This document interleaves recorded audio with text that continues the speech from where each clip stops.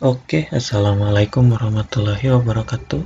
Kembali lagi bersama saya di Matuja. Kali ini kita akan membahas tentang distribusi frekuensi, oke? Nah, di sini di distribusi frekuensi ini, dalam sebuah penelitian pastilah akan mendapat data-data yang banyak dan besar sekali gitu ya.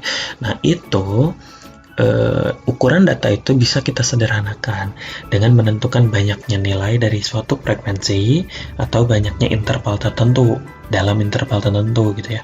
Nah, setiap tabel tersebut saat nanti dibuat itu dinamakan tabel distribusi frekuensi. Langsung saja, bagaimana cara menentukan tabel distribusi frekuensi tersebut? Nih, ada beberapa langkah-langkah yang harus kalian ketahui. Nih, ya, secara umum untuk menyusun tabel distribusi frekuensi terdapat pedoman yaitu sebagai berikut. Ya, satu, tentukan jumlah data yang diamati. Nah, ini kita harus tahu dulu berapa jumlah data yang diamatinya. Lalu yang berikutnya, tentukan nilai data terkecil dan data terbesar, atau kita simbolkan dengan X1 dan Xn.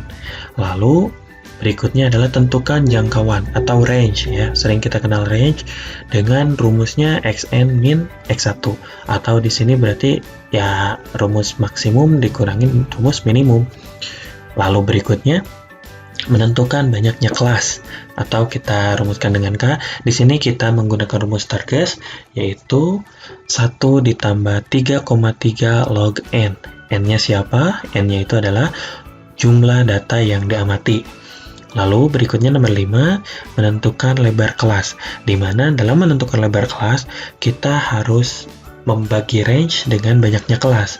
Nah, sehingga untuk range ada di poin 3 dibagi dengan poin 4 gitu ya.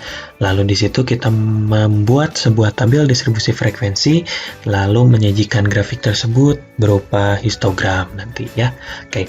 Kita lanjut di contoh soal. Oke, nah di sini ada contoh soal, buatlah tabel distribusi frekuensi dari tabel berikut. Katanya ini adalah daftar berat badan siswa gitu ya. Oke, nah ada data-data yang banyak sekali gitu ya. Apakah kita harus menyusunnya? Tidak perlu. Namun kita seperti yang tadi harus diketahui berapa banyaknya dan berapa nilai maksimum dan minimumnya dulu. Itu yang harus kita ketahui di awal. Oke, lanjut kita jawab satu-satu ya. Oke. Nah, ini tentukan jumlah data yang diamati.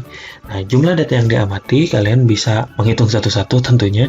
Tapi kalau terlalu banyak ya biasa ya, kolomnya dikali berapa barisnya gitu ya. Itu. Oke, maka nah ini ada 75 data di sini ya. Oke, lanjut nomor 2, tentukan nilai maksimum dan nilai minimum atau nilai terkecil dan nilai terbesarnya.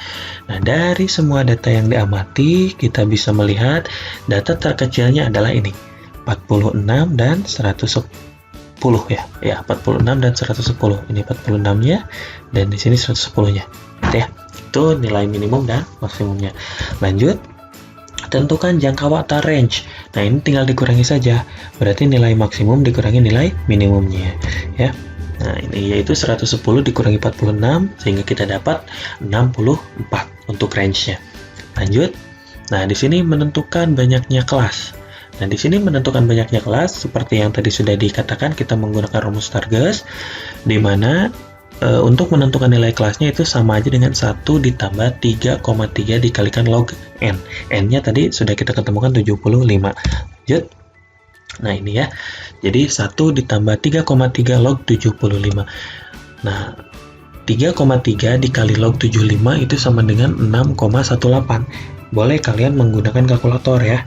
Ini menghitungnya ya kalkulator saja gitu yang mudah ya. Oke, lanjut. Nah, maka nilai K-nya itu sama dengan 7,818 ya, 7,18. Nah, saya di sini akan dibulatkan saja menjadi 7 gitu. Lanjut, untuk nomor 5 menentukan lebar kelas.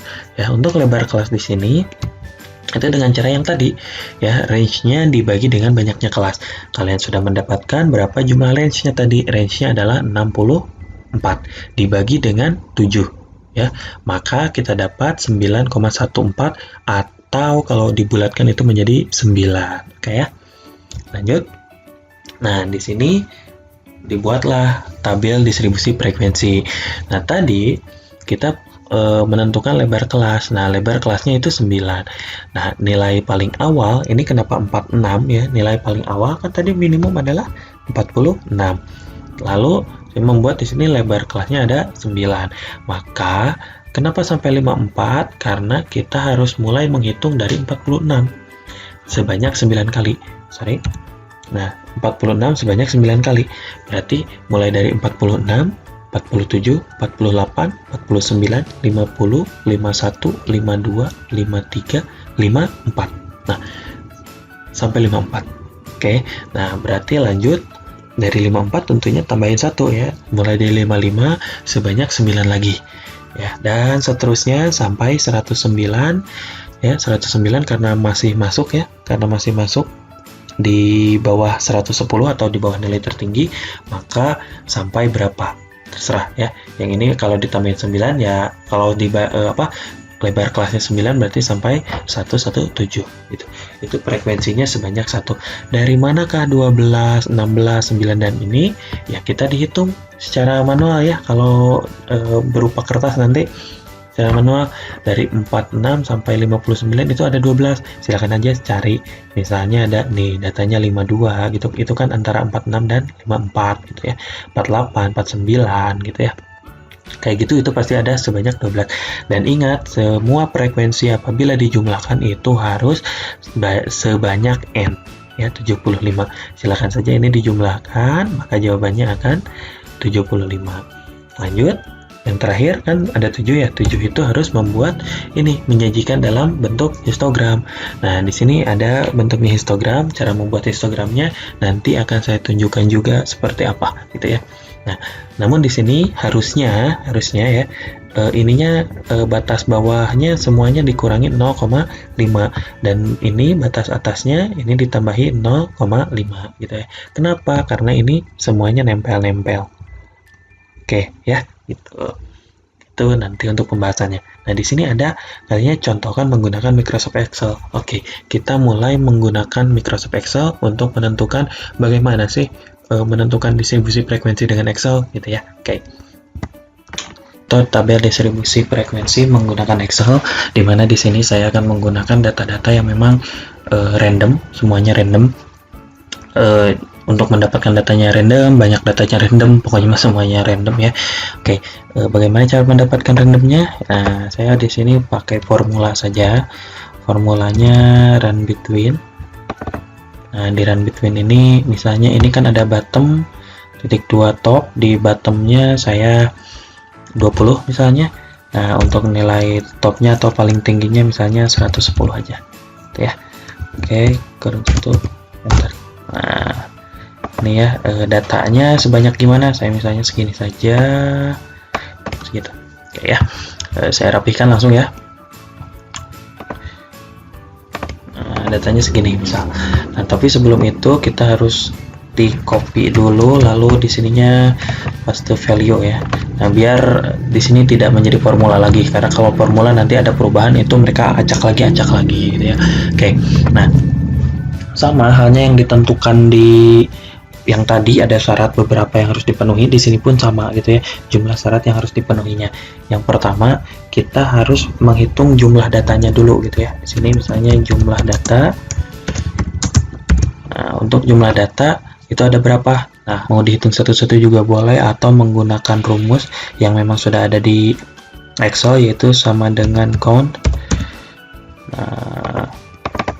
dari nomor yang semuanya ini harus diblok ya.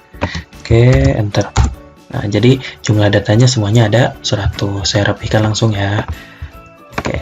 Nah, berikutnya ya, kita harus menentukan minimum dan maksimum.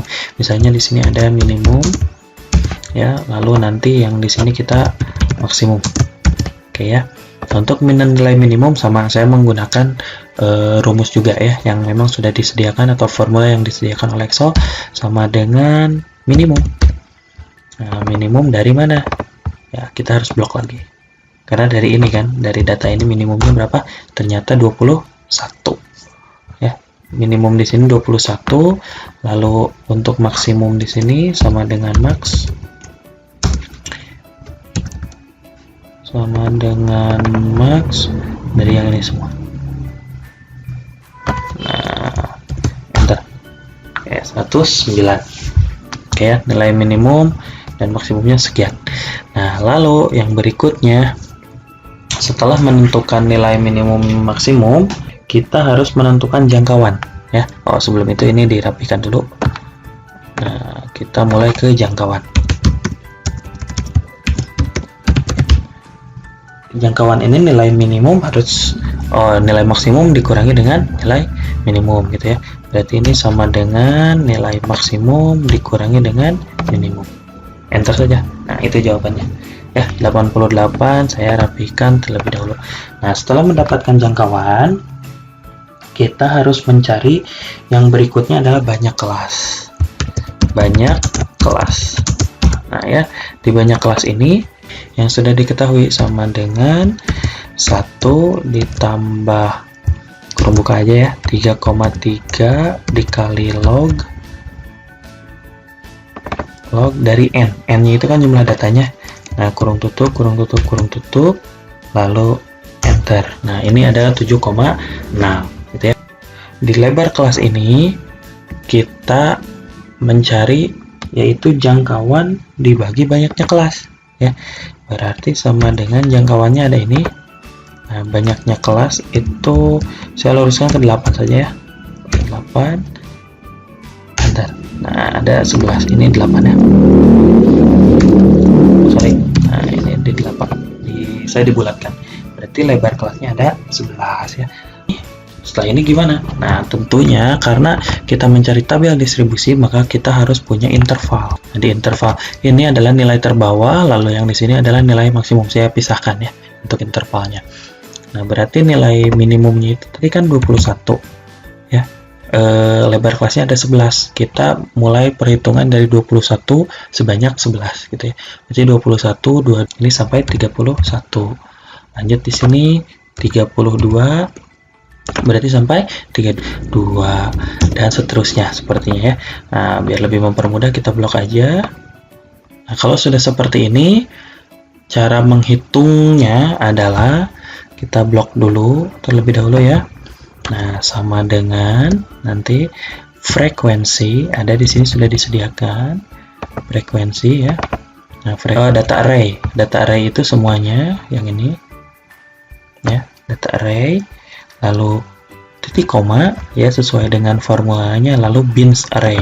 Bins array itu adalah nilai yang interval atasnya. Nah, gitu ya, kurung tutup. Nah, lalu Ctrl Shift Enter. Nah, oke. Jadi ini data-data frekuensinya gitu ya. Nah, ini sudah, tapi ingat semua jumlah frekuensi itu harus sama dengan totalnya ya, atau jumlah datanya. Kita coba saja, dicek dulu. Enter. Nah, ini ada 100 berarti dia betul ya. Oke. Lalu bagaimana untuk mengetahui jumlah frekuensi ini betul atau tidaknya? Kita masuk ke conditional formatting nantinya, tapi sebelum itu harus diblok dulu data yang mau kita nanti buktikan gitu ya. Ini diblok dulu. Setelah diblok kita lanjut di conditional formatting. Nah, ada di sini ke manage rule, lalu di new rules, nah lalu di format cell content. Nah, di sini ya, di content ini, nah kita contohkan yang atas saja ya. Misalkan dari mulai 21 dia sampai nomor 31 kan. Nah, kita pakai format saja misalnya warna merah. Oke ya. Lalu di oke dan di apply. Nah, itu ya. Yang warna merah itu antara 21 sampai 31. Hitung aja ini ada berapa semuanya. Misalnya mau nyari lagi deh satu lagi katanya. Oke, tinggal di new rules aja. Lalu di sama seperti tadi, mulainya dari mana? Nah, katakanlah yang sekarang yang saya akan cek itu yang kolom ketiga ya, mulai dari 43 sampai 53. Oke, untuk formatnya saya misalnya pakainya warna kuning aja. Oke, lalu apply. Nah, itu ya, itu bisa kalian cek satu persatu. Baik, mungkin untuk menentukan frekuensi Cukup ya sampai segitu. Nah, bagaimana kalau misalnya menentukan histogramnya sekarang gitu kan? Nah, untuk menentukan histogramnya sebentar saya akan gabungkan dulu intervalnya ya. Oke, ini sudah saya rapikan ya untuk intervalnya menjadi seperti ini untuk menjadi histogram ya. Lalu insert, lalu buat ke yang diagram batang ini. Ini sudah seperti ini, tapi ini masih diagram batang karena histogram itu harus menempel-nempel ya. Saya klik dulu di sini, lalu edit. Saya edit, saya akan di fullkan. Nah, lalu yang ininya transparansinya saya tambahkan saja segini. Untuk ininya pakai yang itu betul. Oke. Nah, seperti ini ya. Close. Nah, ini adalah histogramnya. Ya, kalau value-nya mau muncul sama ya, kita masuk ke format. Ke design. Lalu yang data labels-nya mau dinyalakan juga boleh. Ada di situ. Ya. Nah, ini adalah tabel ini adalah histogramnya gitu. Maka yang ini saya ubah. Nah, ini adalah histogramnya. Silakan untuk diulang lagi saja videonya kalau misalnya masih belum mengerti. Terima kasih. Assalamualaikum warahmatullahi wabarakatuh.